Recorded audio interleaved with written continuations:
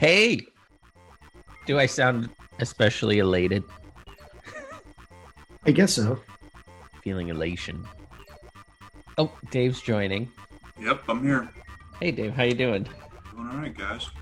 Welcome to the Modern Digital Enterprise, the digital transformation podcast from Anexinet. I'm here with my co-host, Glenn Gruber.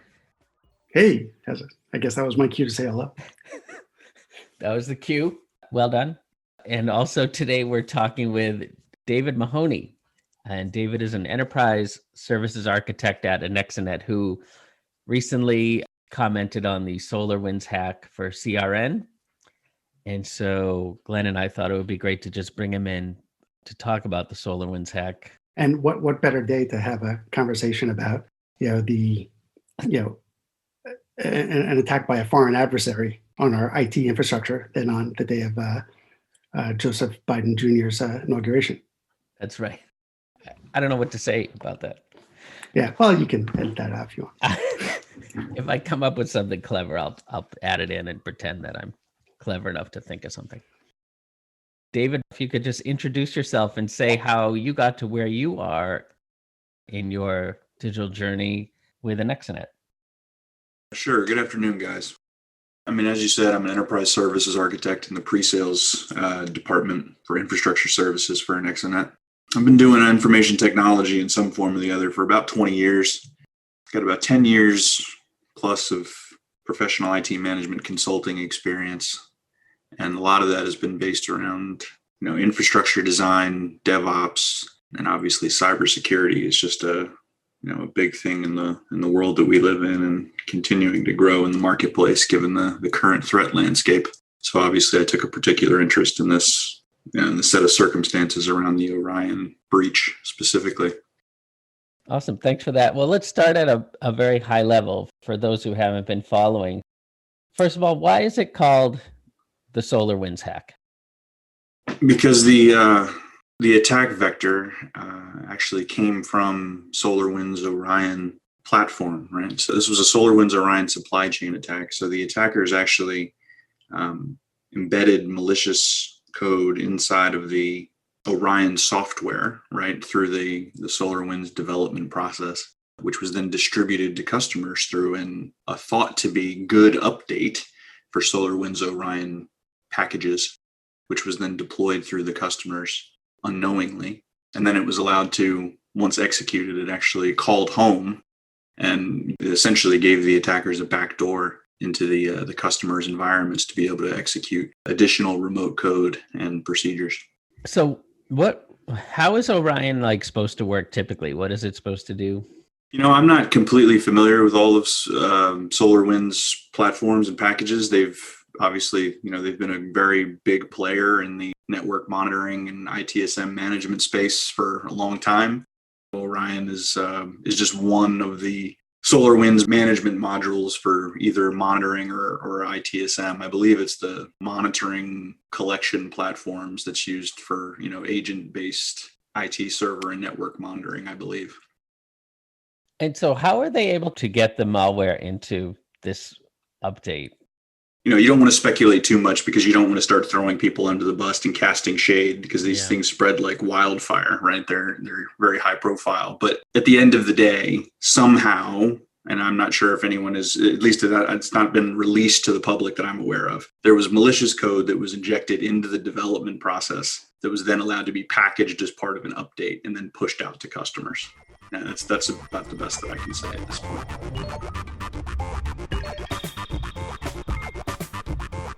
So we have these chickens here. I know this sounds ridiculous, but the chickens go back a long way. So to use a chicken analogy, it would be like if we gave our chickens food or antibiotics or something that was meant to help them, but it turned out there was poison in the food and it just wiped them out. Correct. Yeah. Particularly odious. I saw this thing. It said, we're supposed to apparently take solace in the fact that only 18,000 of the 300,000 customers were affected. Yeah, but look at who some of those 18,000 affected customers are, and I think that removes any kind of safe feeling that could be had from that metric. So I mean, I don't think that's a valid point. I mean, just the number alone, 18,000 sounds like a monumental number. Well, I mean, given the size of the world and the, the ubiquity of digital assets, right, and data and applications and what is networked and what is not networked in this day and age, I'm sure there is somebody out there who thinks that they're smart that says, oh, 18,000, that's not that many. Great. But let's look at the size and the reach and the pervasiveness of the customers that were infected. We're talking about, federal agencies like the Department of Treasury and the DOJ, Microsoft, VMware. I think Microsoft owns something like 80% of the virtualization, market share in the world.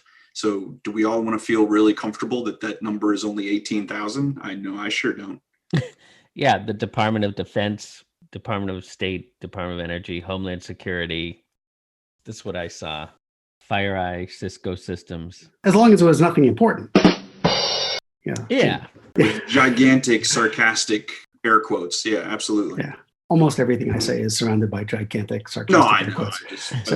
But I think actually to underscore your point about how big of a deal that this was, I was reading another article that compared this to the Pearl Harbor of American IT, because this was such a significant breach, major impact here.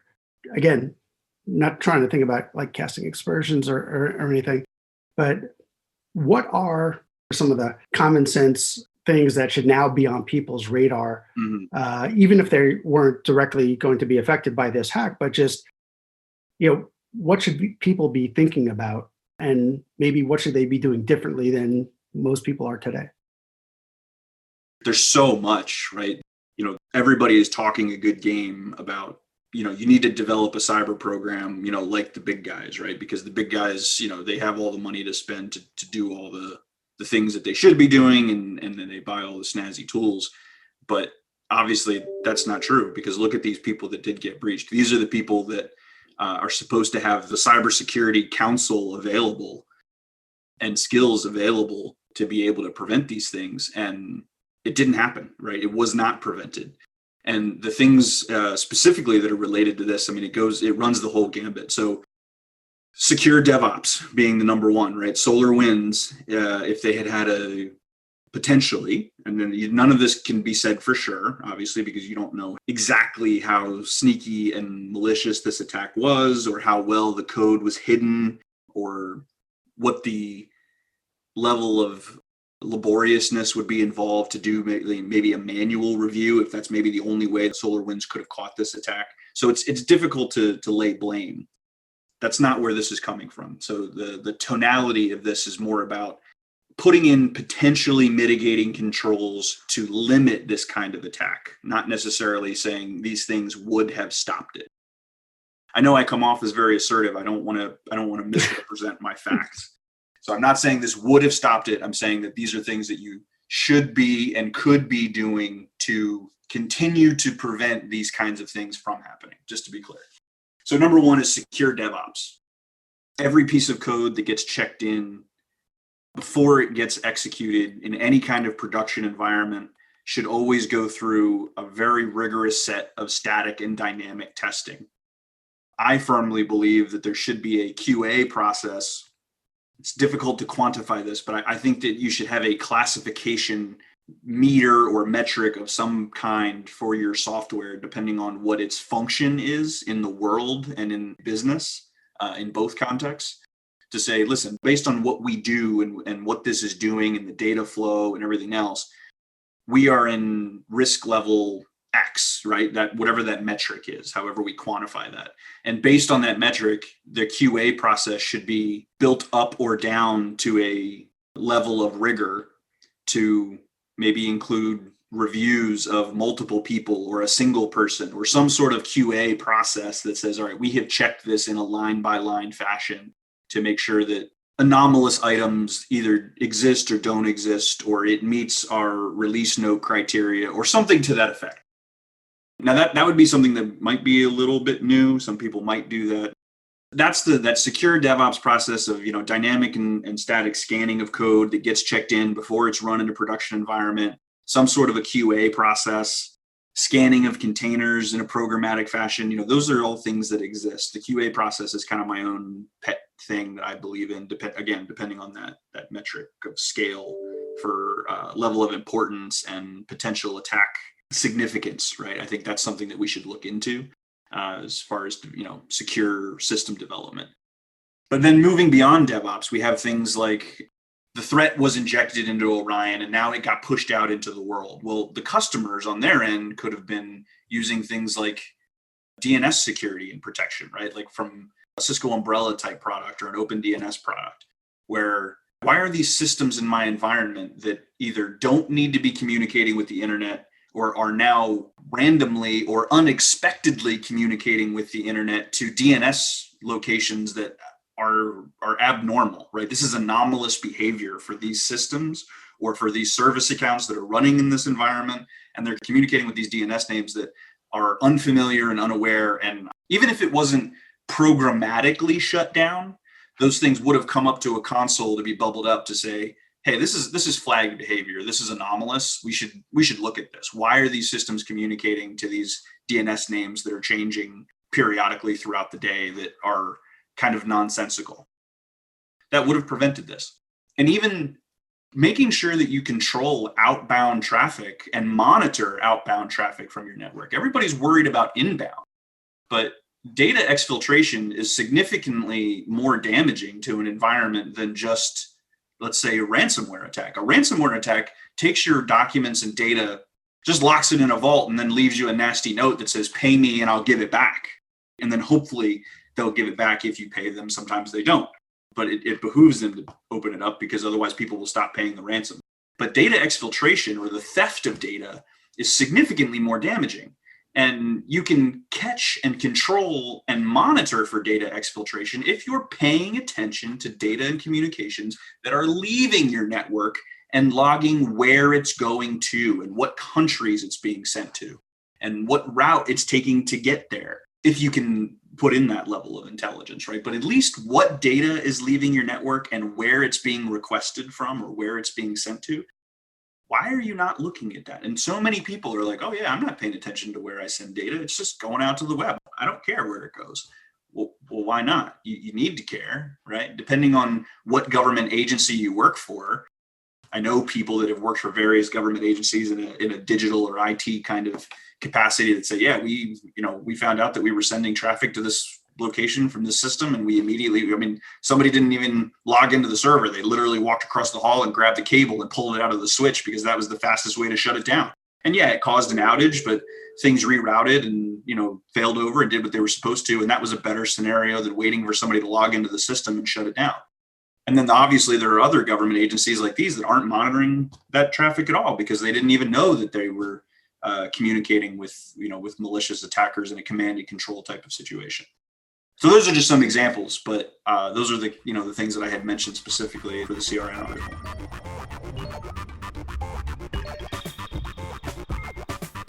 So a lot of things that you're talking about, certainly we're focusing right now on the government side of the hack, but it also impacted a lot of regular companies, right? Large and small. So some of the things that you talk about seem to require relatively significant resources to do, or maybe it's just kind of how it feels. What are the type of things that are really within the reach of most Fortune 1000 style companies like we typically deal with? Like, is it a super heavy lift or super expensive to have the type of tools that are kind of programmatically, even if they're not shutting things down programmatically, at least analyzing all the data so that a big red alert sign goes off on someone's desk to try and take action? I'm just trying to get my arms around what sort of tools are available to people to prevent these things going forward within their own organizations. Absolutely. So what you're talking about is, defining the scope of a cybersecurity program that is right-sized to an organization. That's really the crux of your question. By the way, you said it much better than I did, but exactly. So, scoping a cybersecurity program that is right-sized to an organization is part of my job. I'm not trying to toot my own horn, but it can be difficult. It is very data driven based on risk assessment and analysis for your organization, right? There's actually calculations that we can use to say, if your exposure is, X amount of dollars, then it's wise, or at least recommended, to spend X amount of money in terms of insurance, not actual insurance. I'm using that term loosely, right? To protect yourself and put in the, risk mitigating factors that equate to about X in order to provide protection to the organization because of the risk that you've identified in terms of dollars and cents. So there is a certain amount that can be quantifiable that way. But there's also a level of emotional interpretation, right? I mean, for example, I could do all of the data-driven analysis in the world and present that to a CIO or CEO who ultimately is responsible for the integrity of the business and the operation. And they could come back and say, yeah, that's all great and wonderful, but bottom line, I want you to do everything in your power to reduce the risk, and therefore we're going to take that number and we're going to double it, right? And so now we have this overinflated cybersecurity program. Or senior management could come back and say, listen, you've actually overstated the potential loss here, right? In actuality, if that happens, we really don't care because we have other business interests that would be able to, take over or kick in, and therefore this is really less important to us than the other. So it really kind of falls on senior management to make that decision. But you need people that understand cybersecurity and risk assessment and analysis and attack vectors and what is out there to kind of draw those conclusions. And so that's why I say it can be a little bit complicated. And I spend a lot of time working on risk assessments and trying to, explain those cases and metrics and data to senior management so that they can then make a decision and approve budgets and things like that. So the simple answer is there is no right answer for every organization of X size or of X revenue. There's no direct correlation. It really comes down to the individual and independent risk assessments for each application and environment and organization based on the defined criteria of senior management, and then also the types of data being processed and things like that. The simplest answer is cybersecurity isn't cheap. It's like buying better locks for your home and security cameras for your home. Are you going to suffer a home invasion? Hopefully not. But the simple fact of the matter is that in the cybersecurity world, you're significantly more likely to suffer some kind of a cyber-related attack than you are a home invasion. The common phrase that has been out there in the market from Cisco and McAfee, I think it was originally coined by the CEO of McAfee, a previous or prior CEO of McAfee at a conference, many years ago, was, there are two types of organizations, those that have been breached and those that don't know they have been breached. That's how pervasive cybersecurity attacks are. And with the COVID climate and everybody being online more and working remotely, that has just increased, right? And you can see that in every news report and every cybersecurity website on the internet. That is just going up exponentially. So what is justified? I don't know. Are there tools available to help you do the things that we're talking about? Absolutely. Are they expensive? Some of them are, and then some of them aren't. There is low-hanging fruit like DNS security and antivirus and other things like that they cost, right? No one's going to do it for free, but those are kind of at the lower end of the cost spectrum and, kind of puts that bare minimum level of protection in place. When you start getting into things like secure DevOps tools and automated scanning and policies and procedures even that, say, hey, you will do these things for a secure QA process of code review. Those are more operationally expensive because it may take people or investment in time to build out that level of automation to run those tests. So there's no simple answer to your question. And cybersecurity is expensive, but, it's like disaster recovery as well. Would you rather do the work up front and spend the money to protect yourself based on a valid risk assessment? Or would you rather just say, well, we didn't know what we didn't know, and then it happened, and then we end up in a situation like the SolarWinds Orion attack?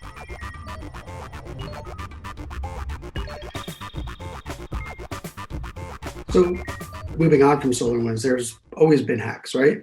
Going back to Experian, Target, any number of companies. The thing that's always interesting to me is that initially there is, this response that says, hey, there's been a breach, but we think it's only a few 100,000 of our customers. Again, big number that, feels like it should be bigger than it is, but Then usually a week later, 2 weeks later, it's like the number of records or customers that are impacted by these breaches seem to increase by an order of magnitude. So 300,000 becomes 3 million or more. So there's the part of detecting it before and taking preventative measures.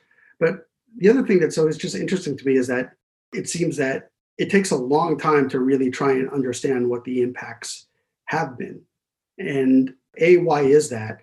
And then B, going back to what you said earlier, that you have to make these judgment calls as management of, for this type of data, we're going to accept that amount of risk. Once these breaches occur, how should companies think about kind of resetting what those risk trade-offs are? Because it always seems like it's probably worse than people think it is when they make that initial decision. That's a lot to unpack. Yeah.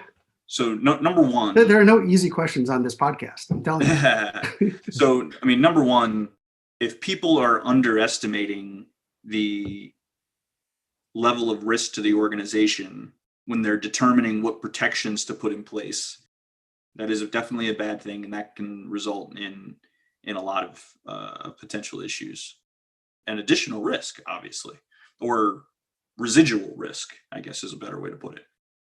The easiest solution to that is do not rely solely on an internal locus of perception for risk assessment in developing a cyber security program.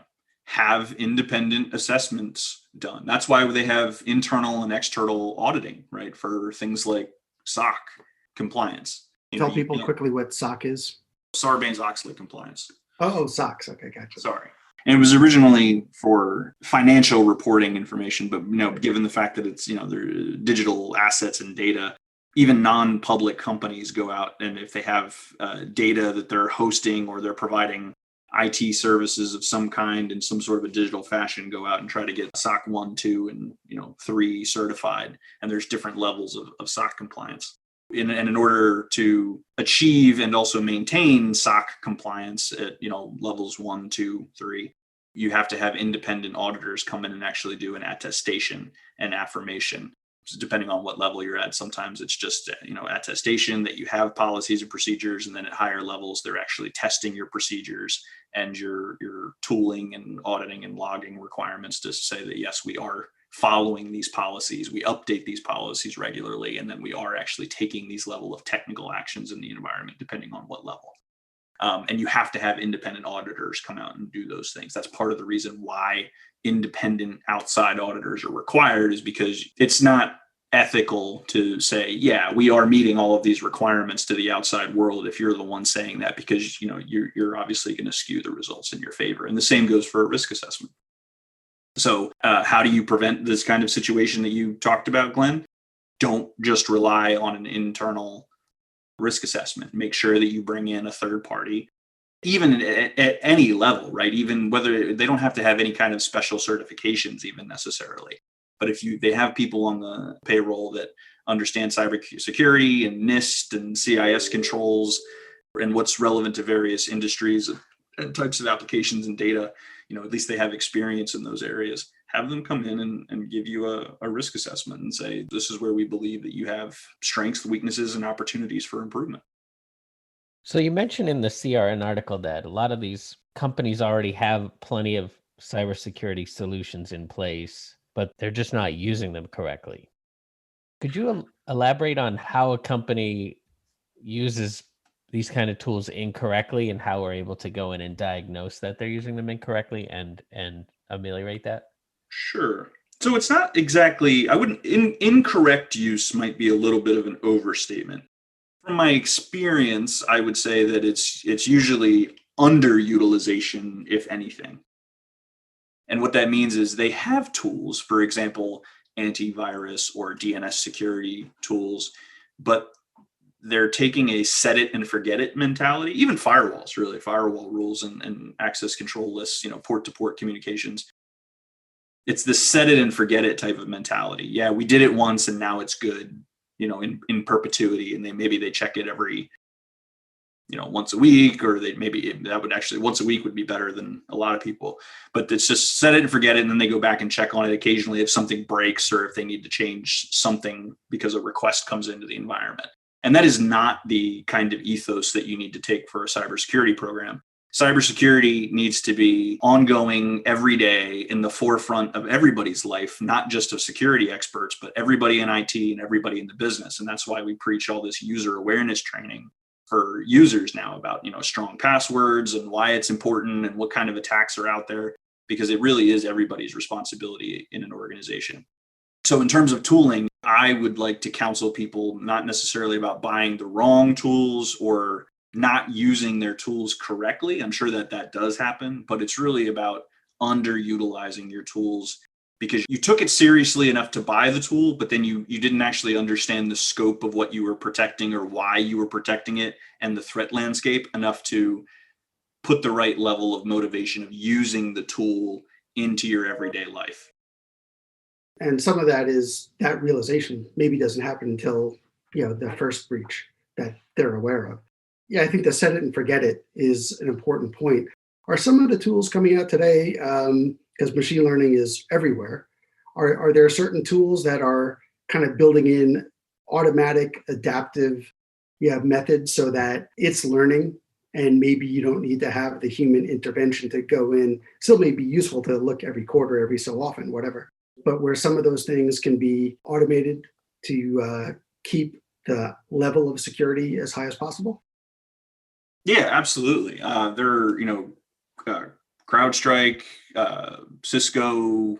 I'm just naming two off the top of my head, but there are a number of secure perimeter device companies, right? Firewalls, IDS, IPS, web application firewalls, antivirus programs, DNS security programs, all kinds of things that actually do use machine learning and, quote unquote, artificial intelligence type of algorithms to look for trends in user behavior and then anomalous system and user behavior to throw flags, right? But listen, it's still a program at the end of the day, okay? And even in artificial intelligence, we still have to check artificial intelligence programs to ensure that they are throwing out results that meet reasonable expectations, right? There are programs that are written that are called machine learning aware or artificially intelligent that still throw out results that do not meet facets of acceptable reality, right? Like that just doesn't make sense, right? That value is greater than the weight of the earth. It can't possibly be that value. Let's go back and figure out what happened, because they're made by people. So is it good to have those things? Does it give you an edge? Sure, especially if it's a very small scope, like what a user does on the internet over the course of several months and weeks, and then all of a sudden the person does something random, like access a site that's in China for weapons of mass destruction, or I'm just making this up, right? But yeah, absolutely, that's anomalous behavior. Let's throw a flag on that, okay? But there's no solution that's going to be all encompassing to that end. You have, and that's why every good security expert with their salt that's gone through any kind of training knows about a defense in depth type of strategy. You protect the edge of the network, you protect the each individual endpoint of the network, you run vulnerability scans, you have antivirus, you have change control procedures and policies that make sure that your environment is being configured to a level of acceptable standards, et cetera, et cetera. So yes, they are out there, but it's not a foolproof solution.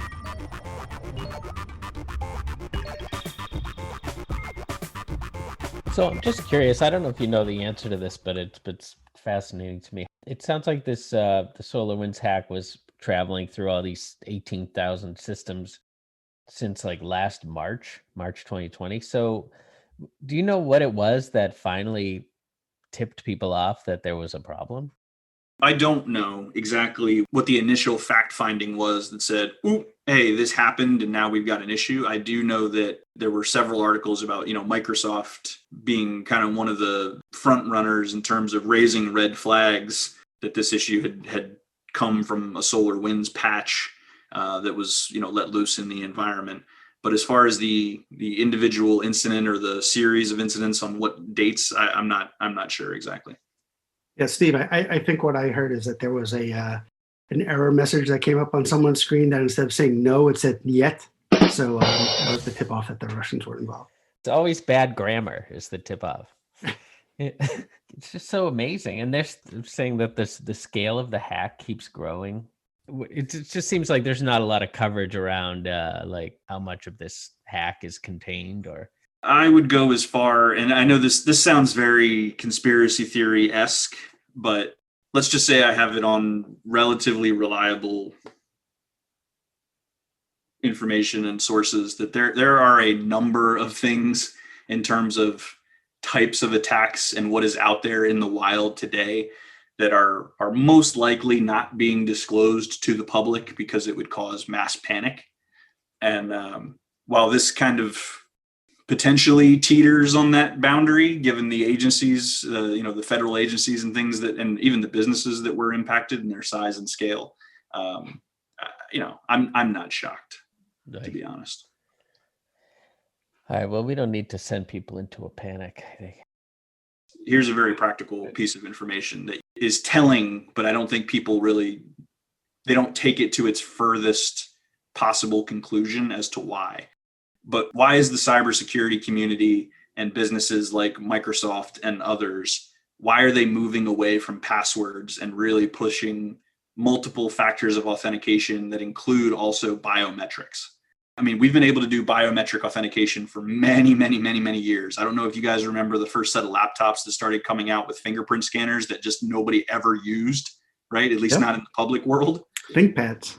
Yeah, right. I mean, they just nobody used them. They were just there, and it was like, that's so dumb. It was a little slit that was on your laptop keyboard or your external keyboard that came with your PC or whatever. But now all of a sudden, we've got facial recognition on iPhones, and even Windows is doing it, and then now there's pins, and it's because, come on, why would we start moving away from passwords? Because passwords by themselves are no longer a valid security mechanism. So now you minimally have to have 2 to 3 authentication mechanisms that belong to you on your person that are almost irrefutable, all right? Like a fingerprint or facial ID or voice recognition, as well as a PIN number and a password and a text message or other type of one-time password, just in order to be able to access a terminal. And everybody's like, nobody's talking about, well, why are we doing all of this? Users are just accepting it like, oh my gosh, we have so much security, but they're not thinking about why companies and why software providers and application providers are making people do this. It's because passwords are no longer a valid security mechanism. Think about what that means. How many things out there in the wild on the internet that you own and consume on a daily basis that just have a password? So can you imagine what a press release that said, hey guys, passwords by themselves, as well as even maybe one-time passwords, are no longer a valid security mechanism to secure data? People would freak out. Yeah, you would think so. But at the same time, like, what was it, like 2 or 3 years ago? Like NIST came out saying that, SMS for, like second factor is insane because SMS, de facto is not secure. So the fact that that's what you're using as your second factor is really not a good method, but still it's what people do primarily. Like so many companies are still using SMS. Yeah, I agree.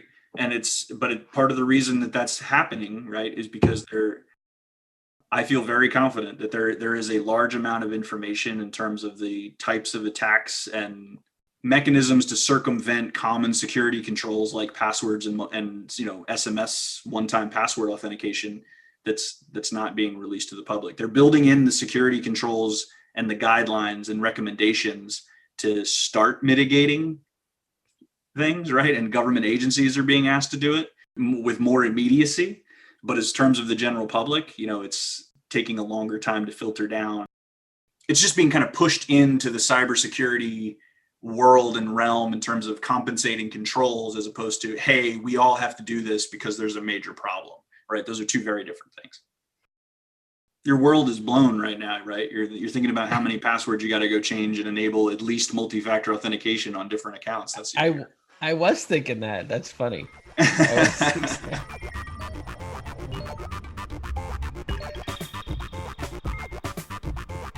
Let's talk about specific solutions that we offer. Let's get into a little bit of a commercial here. So what does a Nextnet offer in terms of security programs?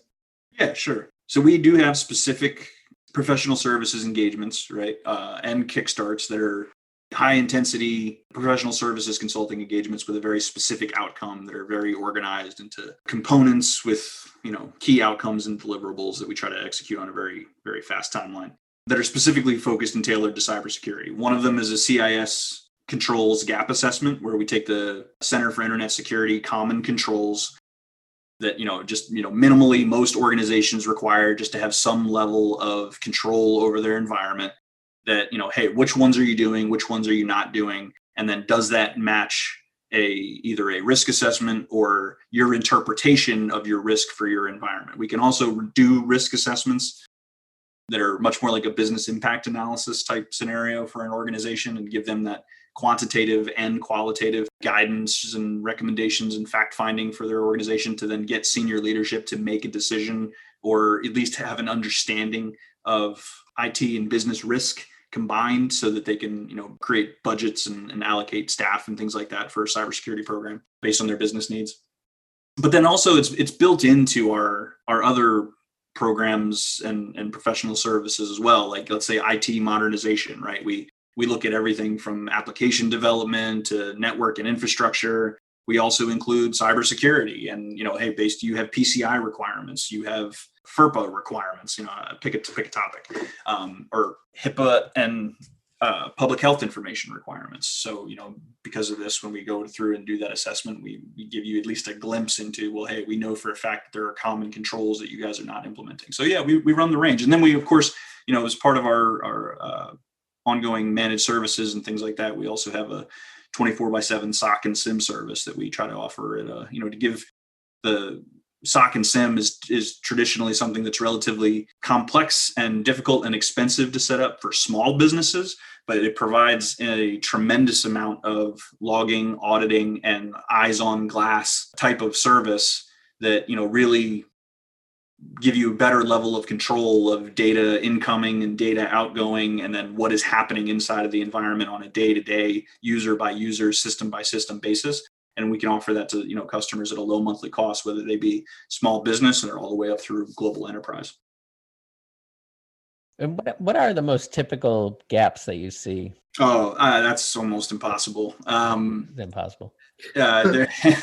It runs the gambit. There are companies, there are small businesses out there that have a person with cybersecurity experience on staff, and they have a tremendous cybersecurity program with, when you put it in terms of their level of business risk, right? And the things that they've implemented to try and control their environment. And then there are, on the other side of that coin, there are organizations that will remain nameless that, they can't even get people to change passwords on a regular basis to put in a minimal level of security risk protection. I would say the biggest and most concerning thing that I see pervasively is the use and consumption of antivirus programs that encourage a set it and forget it type of mentality, right? Let's install it, let's deploy it, let's roll it out, let's make sure it stays updated. Hopefully, even that sometimes gets missed. But then let's never look at it again, right? And if a user calls in and says they got an alert that their antivirus picked something up or quarantined something or removed something, then we'll take action. You would never do that for any mission critical application. If a user sees it first, you would say that your network operations or your site readiness engineers or your application engineers failed because you have a mission critical service or user or whatever that knew they had a problem before you did, and you control the system. You would consider that a fail. So why is it okay for your antivirus? Shouldn't all of those things be coming back to a central console that immediately notifies and a person with the right level of skills and intelligence to be able to take action at the same time or almost at the same time that the user would experience an issue or before the user would experience an issue? That just seems to be common sense to me. But that level of set it and forget it for local antivirus and system level antivirus or host-based intrusion protection and detection systems is probably the most pervasive thing that I see. My mind is still blown by the fact that out of 18,000 clients, none of them had a way to detect that there was outgoing data that they weren't aware of. So where do you see security going? We always like to end with a look to the future. Are you an optimist? Are you a pessimist? Which way do you lean? Well, I mean, if you're asking me, do I think that cyber attacks and threats are ever going to be thwarted to the point where it begins to become a non-issue? Absolutely not. As long as we have information that's stored digitally, that is being transferred over a publicly accessible communication mechanism like the internet, you are going to have cyber attacks. There are always going to be people out there that are going to try and game the system or scheme the system. Not to mention, I mean, some of these people just do this for fun, guys. They're not necessarily doing it because they actually want to be malicious necessarily. They're doing it because they can, right? Script kiddies and things like that. These aren't hardened criminals, right? If these people end up going to jail, they're going to be in a very rude awakening, because the chances are is that they're probably dressed like a hipster and they drink coffee that costs $10 and they can't pronounce it because it's got half French, half English, half Italian, and 17 words in the name. And if they go to prison, they're going to end up being a pancake. They're just script kiddies that sit around and they understand coding, and they understand how to scan networks and look for things, and they understand math-based security in some cases, and they're just doing this because they can. So no, I would not say that I'm an optimist if I didn't give it away by everything that I responded with. Well, that's great. That's absolutely not great. Really? But I was feeling pretty good.